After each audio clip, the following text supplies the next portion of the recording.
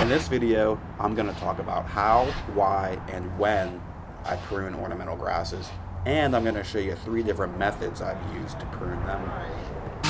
First, the solo strategy. Second, the teamwork technique. Third, the tie-up approach. And fourth, as an added bonus, we will not be using gasoline, or will we? Watch till the end and find out. When should you trim these grasses? I'm saying anywhere from late fall to early spring. That's like November to March. Now, for all perennials, it is healthier for the plant if you leave the plant intact through the winter. So that's added protection for the plant during those coldest months of the year. It'll actually produce a healthier foliage in the spring. These particular grasses, I have been trimming every November, December for the past 5 or 6 years. So I could tell you that a year from now, they will grow back to be about 6 feet tall again, and I'll be trimming them just the same as always. Now let's talk about my first cutting strategy.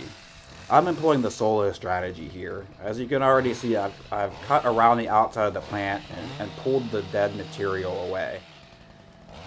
Here I am in a straddling stance over the plant, and again, I'm using my legs to pull the cut material away. That way I don't have to end up cutting it twice. I'm using a Stihl gas hedge trimmer for this job. It's the most effective tool that I've found. I won't use my electric ones because sometimes they just don't get through the really thick spots. And I'm sure there's other cutting tools that would work, but I'm going for speed. You can cut these anywhere from 4 to 12 inches off the ground. I'm cutting them pretty low here, but either way, I'm trying to give it a flat top kind of haircut. I think that looks the neatest. No matter which method you use, my main strategy is to pull the cut material away from the plant. As you can see here, I'm pulling it away so that I don't end up cutting it twice.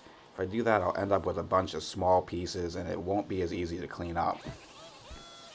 Next, let me show you what this looks like with 2 people working on it.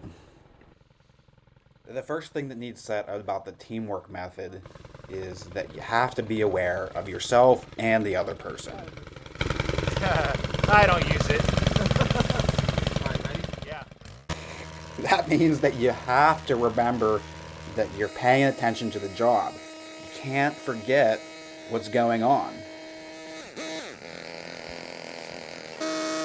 Wow, look at this nice hip movement by landscaper number 2. Nice low center of gravity. Alright, now that we're sure you're both paying attention, let's talk about the teamwork method. Look, it gets lonely out there as a landscaper. It definitely is a lot easier to get through jobs when you have a partner. You're going to run into the same difficulties with the grasses, but at least you got 2 hands on it. Landscaper number 1 and landscaper number 2 are demonstrating a fine job here. One person's holding the thing, the other person's cutting it. They're talking to each other. The goal of the holder in this scenario is just to expose the pieces that need cut and make it easier for the cutter.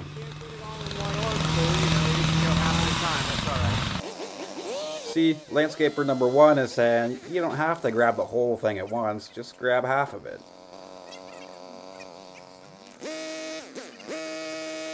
Or grab the whole thing at once, if you can.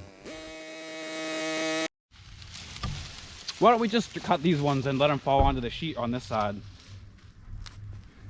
Like if there's a sheet right here, it looks like they would all fall this way anyway. It's fun to bungee cord it, so I'm not trying to stop you. I'm telling you, it makes cleanup so much easier. I just literally kept them in bundles and then just picked the bundles up and took them right to the dump spot. So, some people like to tie them up, some people don't. It's just a matter of preference. There definitely are some advantages to the tie-up method. As you can see here, it makes that clump of grass nice and easy to separate and carry away. We're using bungee cords, so you could connect 1 or 2 together. Sometimes it's helpful to have 2 hands on it. But again here, landscaper number one's not even taking the whole plant. He's just pulling off a portion of it, making it a lot easier to get through. Landscaper number two easily picks it up and carries it away to the truck. Good teamwork. If you're familiar with these types of plants or cutting grass at all, you'll know that these grasses have razor sharp edges on them. And it's kind of like when you were a kid rolling around in the grass and then you realized how itchy your legs were afterwards. These things cut you up. You gotta wear long sleeves and gloves. It's stuck. It's just out of gas.